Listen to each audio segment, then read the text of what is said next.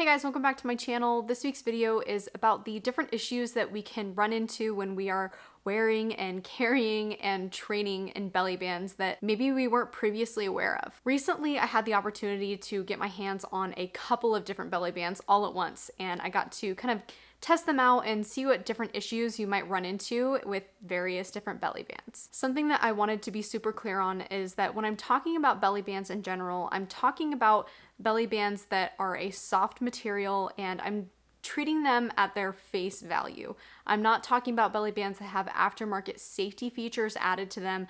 I'm just talking about belly bands as they come out of their packaging. When I bought my first ever belly band, the very first thing I noticed when I put my gun in the belly band is that I was really easily able to access my trigger even while my gun was completely seated in the belly band. So that's the first thing that we want to be aware of when we're looking at belly bands, is that the majority of them don't actually provide adequate trigger protection right out of the box. This is an issue that can technically be solved with adding some kind of Kydex trigger protection, but for me personally, the Kydex trigger protection doesn't solve all of the problems that we're going to talk about in this video. The first question that I usually get when I bring up the trigger protection issue with softshell holsters in general is that as long as I have trigger finger discipline, this is not something that's ever going to happen to me, because whenever we're showing this happening, you kind of have to show it with your finger. You have to pull the trigger through your belly band.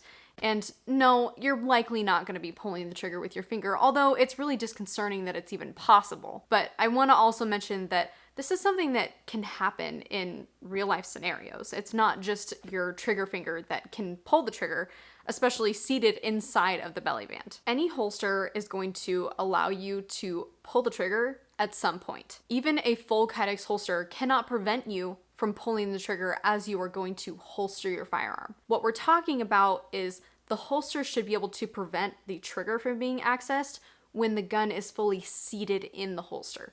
And this is what most belly bands actually fail at, is that once we seat the gun in the holster, the trigger is still accessible through the material. There are a number of ways that a trigger pull like this can happen in real life, whether that is leaning up against a sharp corner on a countertop or getting down on the ground to play with your dog or your toddler. There are all different kinds of situations where this could happen. And that's not to say that it's going to happen every single day. This is not something that you're seeing on the news all of the time, although not all negligent discharges are shown on the news. They happen a lot more than we realize, but it's just not something we're actively seeking out.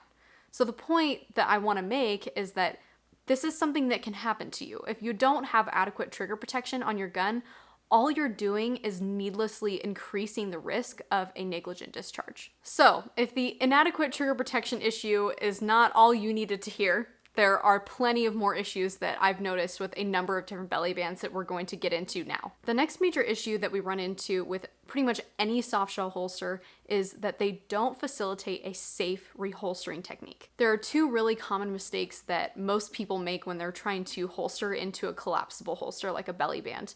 And that is when they try to holster, they open the pocket up with their support hand, and as they do that, they actually point the muzzle of the gun directly at their hand. And this violates a fundamental rule of firearm safety. We never want to point the muzzle of a gun at any part of our bodies. The next really common issue that people tend to do with collapsible holsters like this is, in order to get the pocket open and in order to not flag their support hand, they'll instead try to muzzle the gun into the holster, and you'll notice that as they do that, they're going to be pointing the muzzle directly into their pelvis. And again, violating that rule of firearm safety to never point a gun at yourself. Now, if we're putting a belly band or a softshell holster on in the morning before we go about our day, we're likely putting the gun into the holster and then putting the holster on our body. So we're not having to deal with holstering. But we should be training in what we're carrying in. And if what we're carrying in is not safe to train in, it's probably not safe to carry in as well. And holstering is definitely a part of training as well as drawing, which leads me into another issue that I've noticed with a lot of belly bands, is that there is almost nothing preventing the gun from getting seated even further into the belly band, and sometimes even falling out of the bottom, to the point where if it gets seated down in there further, not only are we running into the potential issues of it coming out of the bottom and exposing the trigger, but we're also running into the issue of actually not being able to get a grip on our gun because the belly band is actually inhibiting us from actually getting our fingers around the grip. The possibility of the gun actually getting pressed down deeper into the belly band is a really real concern, especially if you are a parent or guardian or spending really any time around kids that you might be picking up. You're drastically increasing your risk of pressing that gun deeper into the belly band, either inhibiting your draw or pressing the gun so deep into the band that it actually either falls out the bottom or completely exposes the trigger.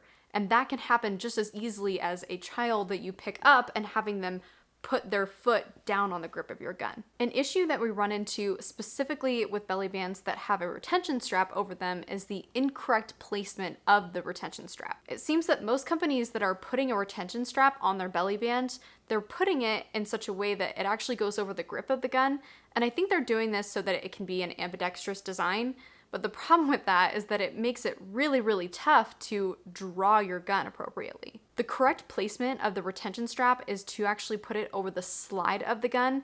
This facilitates a much more natural drawing process and doesn't inhibit your draw in any real way. I'm going to link an article below that talks about retention strap placement from the Cornered Cat, so make sure you go down there and check that out. She explains this whole thing a lot more in depth than I am right now. If you're tempted to solve the problem of the incorrect placement of a retention strap on a belly band by just getting a belly band without one, I would encourage you not to do that. If you're going to get a belly band, you're going to want some kind of retention device on it because belly bands are not really designed well enough to actually retain the firearm appropriately. And that is something you can, again, read into the article below from Cornered Cat on. She does a really good job of explaining why a retention strap is an absolute requirement when we're going to be carrying in a belly band. And the last issue that I wanted to bring up that I found with pretty much all the belly bands that I was able to check out is that they don't really conceal. And there's a reason for that. They don't have any kind of concealment features in them. The only thing that belly bands really have going for them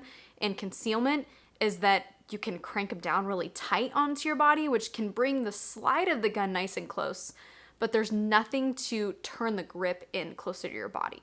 At the end of the day, belly bands do let us carry independently from our waistband, which, especially for us ladies and our wardrobe choices, if we're wanting to wear something like leggings or a skirt or even a dress, we need to have a safe and secure option for us to use that functions independently from our belt loops. The problem with belly bands is that they introduce a whole different level of issues and safety concerns, and not only that, but they aren't really designed to do a great job of concealing. So we're trading safety and security for really nothing.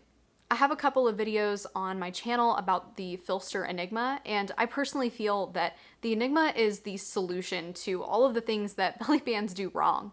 The Enigma lets us customize and conceal and do so independently from our waistband. So if you're looking to replace your belly band with something that is a much safer and more reliable and concealable option, I would encourage you to look into the Filster Enigma and hopefully throw away your belly band. Thanks for watching today's video. I hope that it was helpful for you, and I'll see you guys next week.